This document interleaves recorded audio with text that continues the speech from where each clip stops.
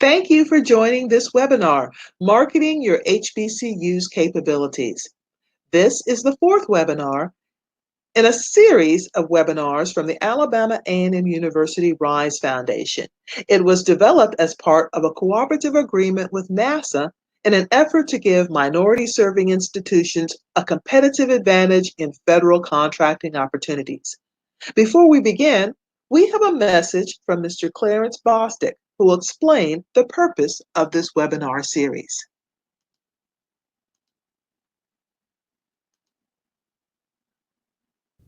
Hello, my name is Clarence Bostic.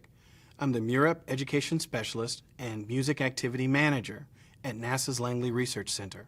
MURIP is the Minority University Research and Education Program and is part of the Office of STEM Engagement for NASA. Music is one of its many projects. But what is music? Music stands for MURIP for Sustainability and Innovation Collaborative. It's a cooperative agreement for teams of minority-serving institutions, also called MSIs, and nonprofit institutions to create and provide workshops and training materials establishing sustainable support for MSIs that desire to develop their institution's capacity through the competition for federal funds. Why is music important? The expectation is that the awardees will train MSIs to develop their institutional capacity, better enabling them to compete for federal funding opportunities. These endeavors then result in successful application to and management of new funding opportunities, including those at NASA.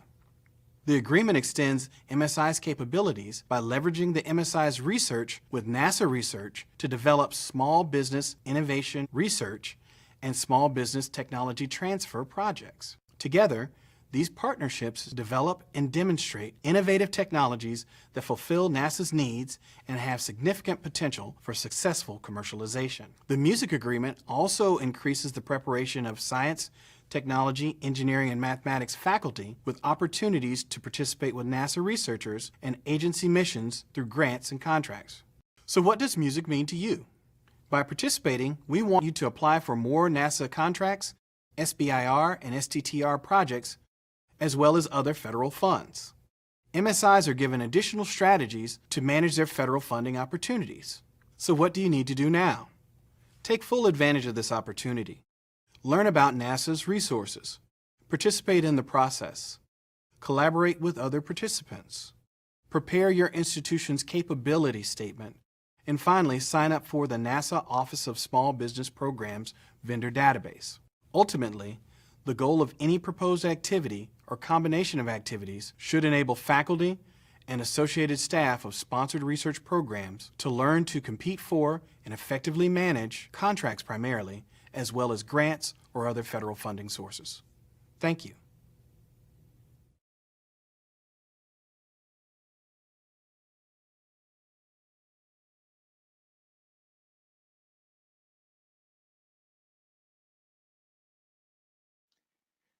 So I would like to begin by introducing myself. I am Sharon Brooks Hodge, Vice President and Chief Operating Officer of Phenomenal Management Partners, a consulting firm that manages contracts and business development for the Alabama A&M University RISE Foundation. RISE is the acronym for Research, Innovation, Science, and Engineering. PMP is supporting the RISE Foundation in this cooperative agreement with NASA. In the previous webinars, we have discussed the paradigm shift for minority-serving institutions. So you know that participating in government contracts is critical. New revenue streams will help sustain your mission to educate future STEM professionals. Webinar number 2 provided a basic foundation for government contracting.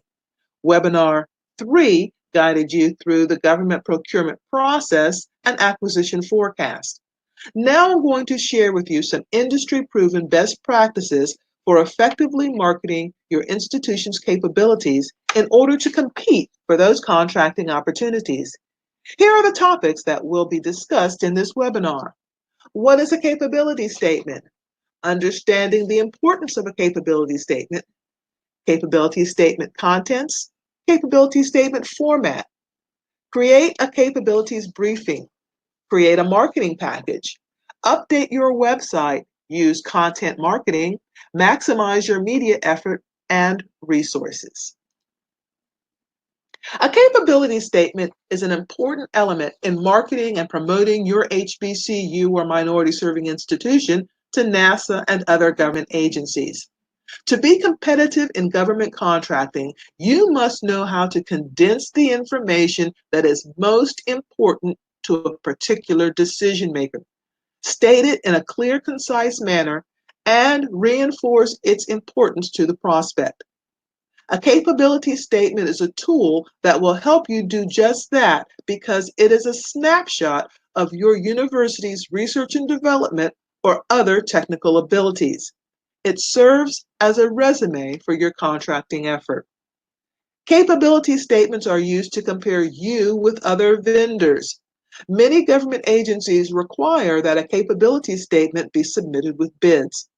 Additionally, prime contractors may require potential subcontractors to submit capability statements before doing business with them. There are three standard types of capability statements: a one-page document used to open doors and make introductions, a brochure that could be part of a literature kit, and a detailed presentation used for capabilities briefings. So I'm going to focus on the one-page document. This slide is pretty much self-explanatory, but it is important to emphasize. If an agency asks you for a capability statement, don't send them a white paper, the history of your institution, or a dissertation on everything the university can do. A capability statement's primary purpose is for marketing. The information in a capability statement can be valuable when used in brochures, websites, or other promotional literature. When you add information about awards, certifications, and clients, the capability statement can create a sense of trust and show the maturity of your facility. Some university officials make the mistake of saying that they are capable of doing whatever a government agency needs or wants. That simply is not true. And in making such a claim, the university loses credibility as well as the opportunity to promote what it truly does best. Let's take Hampton University as an example. It has a history with NASA. A $5 million award from the space agency enabled the university's Center for Atmospheric Research and Education program to install a direct broadcast antenna on top of the Hampton Harbor Center in downtown Hampton. This antenna enables scientists to instantly predict severe weather within a 2,000-mile radius of Hampton roads, as well as provide Hampton University student researchers access to advanced satellite data. So a Hampton capability statement would leverage this if this is the capability that they are seeking to sell. There are 5 key elements that government buyers are looking for so they can make a speedy decision. Include the following information in your capability statement: core competencies, corporate data, differentiators, past performance, and contact information. Core competencies. Introduce your university's core competencies and relate them to the agency's specific needs. I gave you an example of a core competency earlier with Hampton University's atmospheric research capability. Similarly, the Alabama A&M University-RISE Foundation is a leader in additive manufacturing, specializing in the 3D printing of functional electronics. That is a core competency identified on its capability statement. If your institution legitimately has multiple areas of competency, you can provide a broad overview of those competencies, but don't attempt to provide details for each one on one capability statement. In a few minutes, I'll give you some tips on customizing capability statements to address this. So to reiterate, core competencies should be short statements. They should match the agency's specific needs, followed by keyword-heavy bullet points.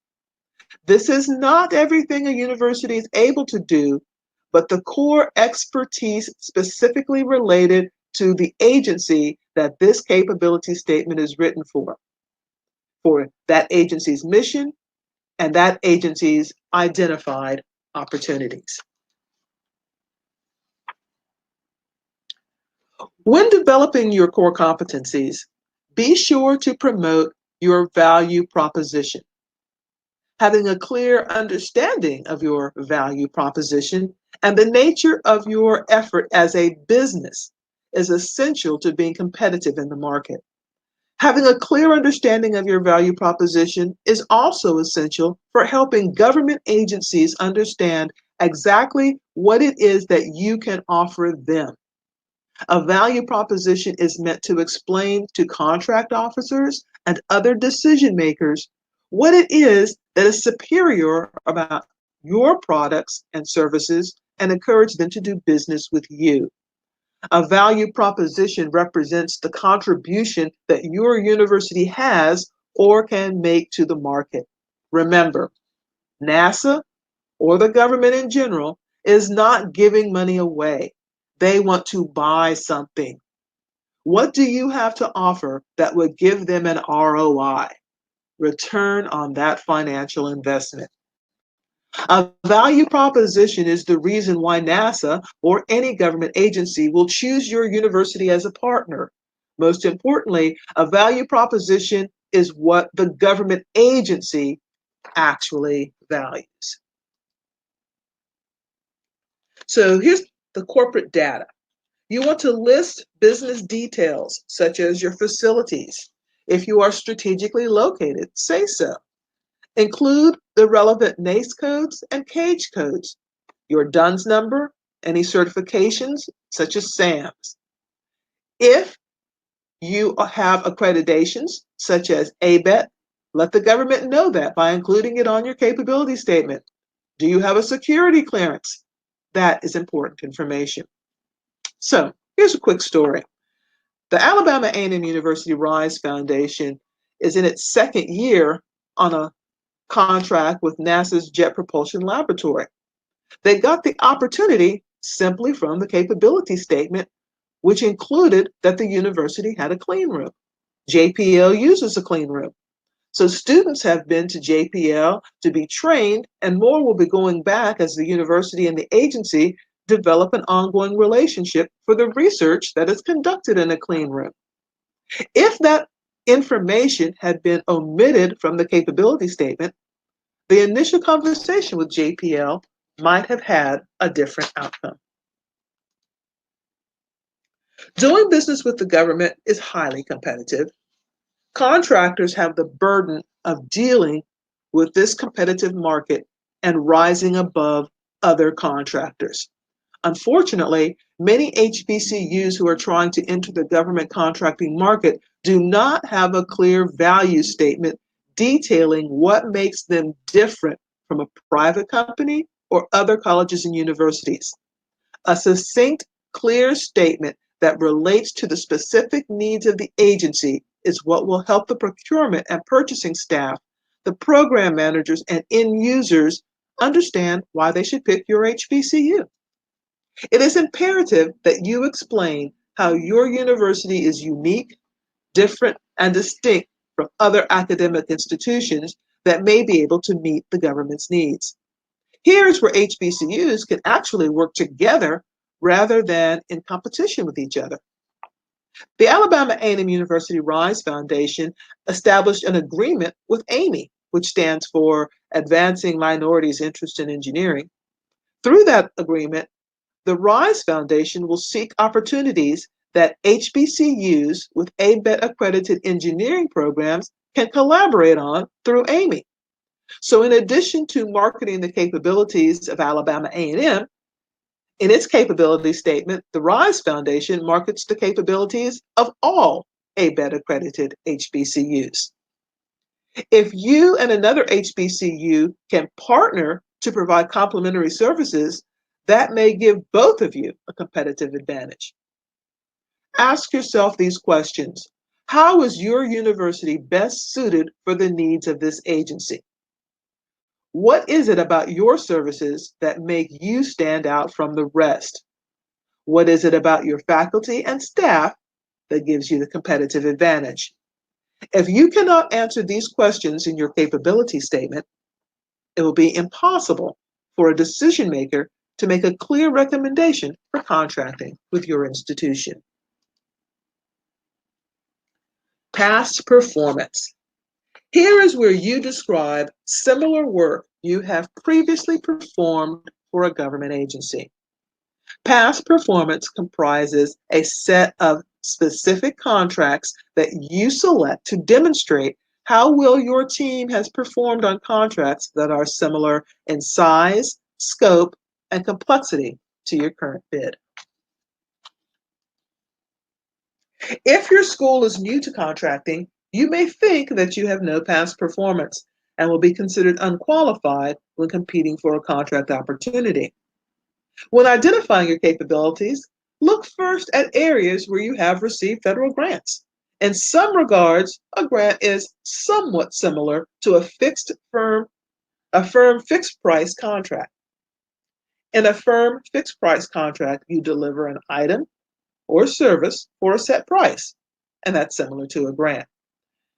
You can persuasively argue that your grants are relevant examples of past performance. But don't just ignore past performance. It can give your college or university a competitive advantage in the evaluation and selection process. You want to give the contracting officer confidence in your college or university's ability to satisfactorily perform the contract requirements. In fact, the Federal Acquisition Regulation, the FAR, has a requirement for government agencies to consider past performance prior to making a contract award. So who is going to answer the call? Give this a lot of thought. You may be tempted to list the Dean of Engineering or the Vice President of Sponsored Programs as the point of contact. Before you do, take into consideration the responsibilities that this person already has on his or her plate. Are they more than likely to be on travel or juggling competing priorities when the government agency calls? Will this person truly be able to perform the business development functions that the government is going to expect when the call is answered? I'm going to be honest for a minute here.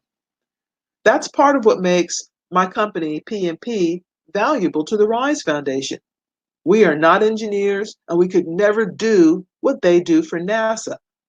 But we do make sure that there is communication, that NASA has a point of contact, that the contracting services are managed like a business, even during spring break or winter vacation when the university is closed.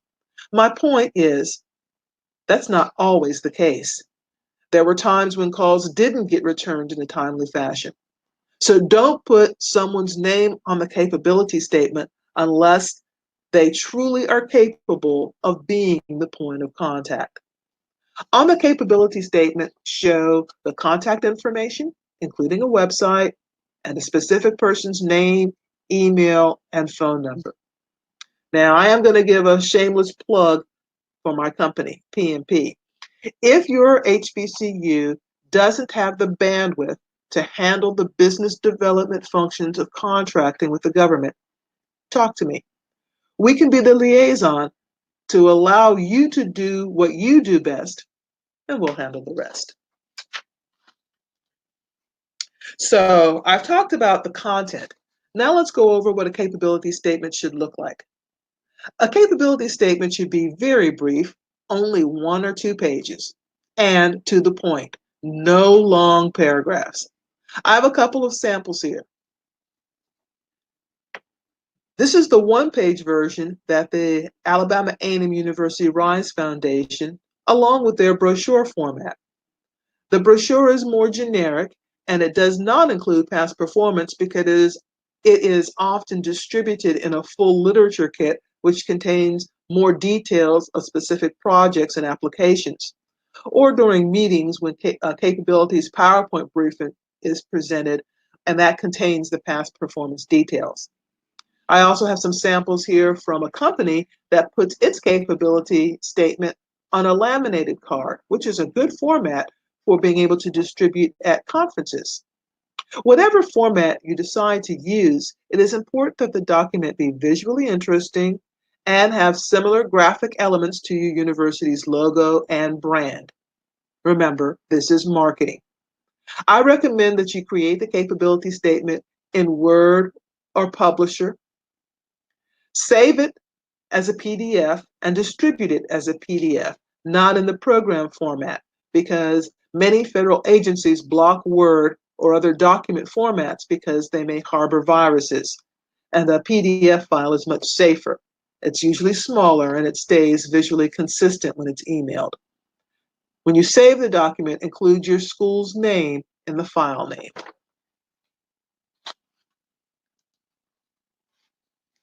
Earlier, I mentioned that I would talk about customizing the capability statement. This would really be important if you're planning to market your university to various NASA centers. Remember that each NASA center has its own mission, its own needs, and its own requirements. The services needed at the Armstrong Flight Research Center are going to be different from those at the Johnson Space Center. I implore you to know what the need is and create a version of the capability statement that speaks to those specific needs. For the Alabama A&M University Foundation, I maintain various versions of capability statements and capabilities briefings. Prior to using them, I customize the document for the specific audience. I encourage you to do that as well. So here are just a couple of tips. Always keep your capability statement current.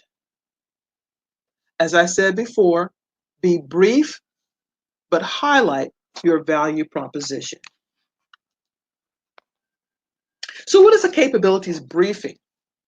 It is a brief presentation which outlines expertise, equipment, abilities, and interests of an entity or your organization. The purpose of a briefing provides the presenter and the presenting organization an opportunity to make a case for benefiting prospective collaborators. They function to speak to the interests. Okay, so who presents? Typically, it's going to be the researchers and your university's leadership. It could be your dean of engineering. This is going to be a little more detailed than a capabilities statement, and it's usually done in person or virtually. If you have been given the opportunity to present your capabilities, make sure that your presentation is targeted and on point. I encourage you to remember what I said earlier about the value proposition component of your capability statement. A capabilities briefing allows you to expand and elaborate, as well as to demonstrate to government agencies that you can deliver exactly what they need. This presentation is your opportunity to explain to contract officers and other decision makers what it is that is superior about your team and convince them to do business with you. Sometimes researchers have a tendency to discuss their work in esoteric terms, and perhaps even in too much detail. Keep in mind that this is not an academic or research presentation. It is a marketing presentation. So it must substantiate your capability to meet the requirements of the contract. This particular example shows a slide from a briefing delivered by the Alabama A&M University-RISE Foundation to contracting officers at NASA's Ames Research Center. Prior to the briefing, the business development team reviewed the center's acquisition forecast to determine which technical capabilities would be needed for upcoming contracts. Because modeling and simulation was a specific requirement, that was included in the briefing. And Dr. Jonathan Lassiter, who presented the briefing, discussed how his research could be applied to meet NASA's needs.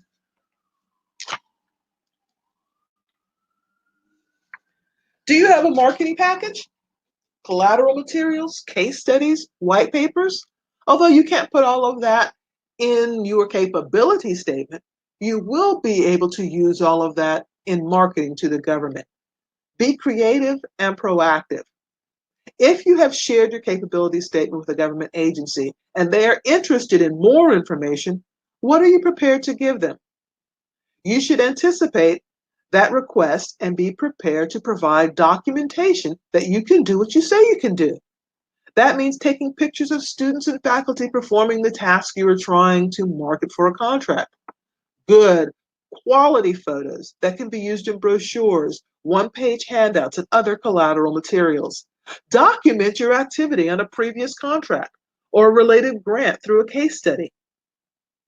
If you have more than one capability that you are marketing, create individual fact sheets that provide examples of how you are applying those capabilities to meet a particular government need.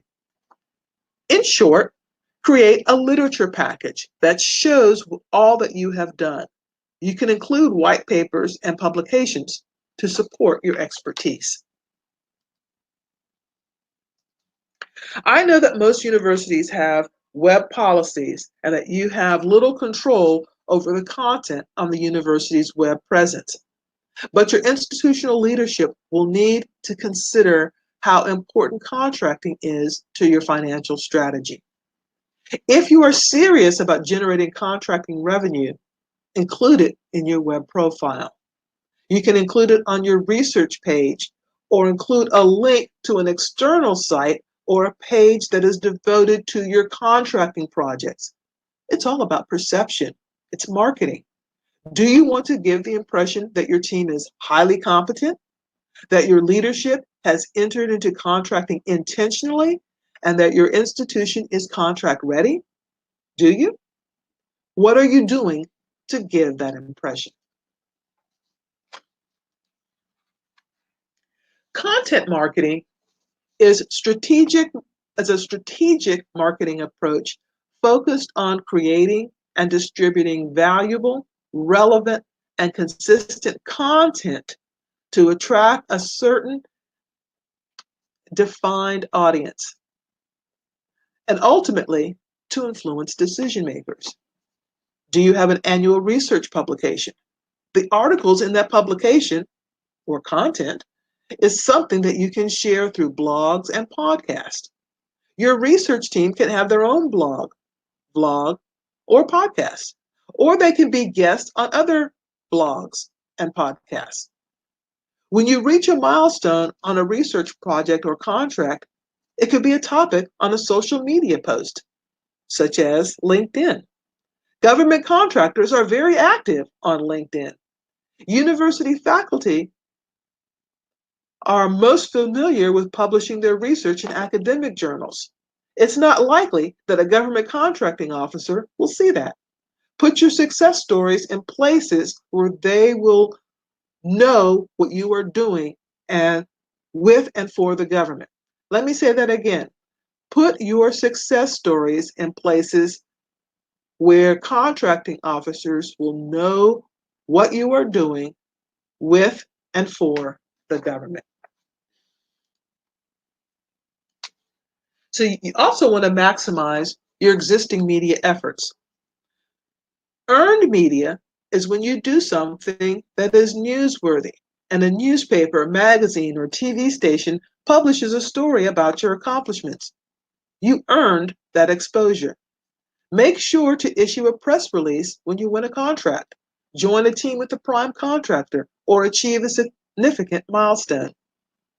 But you don't have to wait for those rare occasions to be perceived as a thought leader in the industry. If your institution has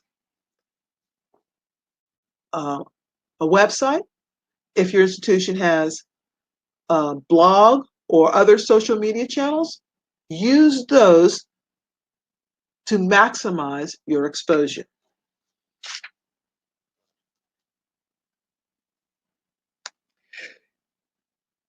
Your institution uses advertising all the time. Are you using that space to promote your contracting capabilities? Our company, PMP, created this full-page ad for the Alabama A&M-University-RISE Foundation. It appeared in an engineering magazine. The readership includes contracting officers for the Department of Defense, as well as large defense contractors and future engineers. Review your institution's advertising schedule and negotiate opportunities to promote your contracting capabilities the same way you promote other aspects of the institution.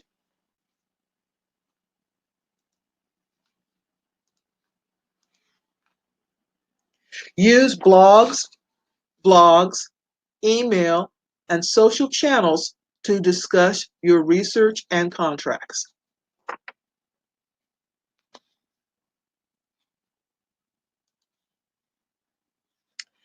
The PDF version of the slides from today's webinar are available on our web portal, theknowledgesharingcenter.com. There you can also access other webinars we have presented for this cooperative agreement with NASA, as well as other valuable resources to assist you in taking advantage of contracting opportunities. To supplement the information provided in our webinars, we have created a workbook called Doing Business with the Government. I recommend it to help you develop a plan of actions. If you have any questions, you can send them to me at this address, vp@wearepmp.com, and I will gladly personally answer your questions. Thank you for participating in today's webinar.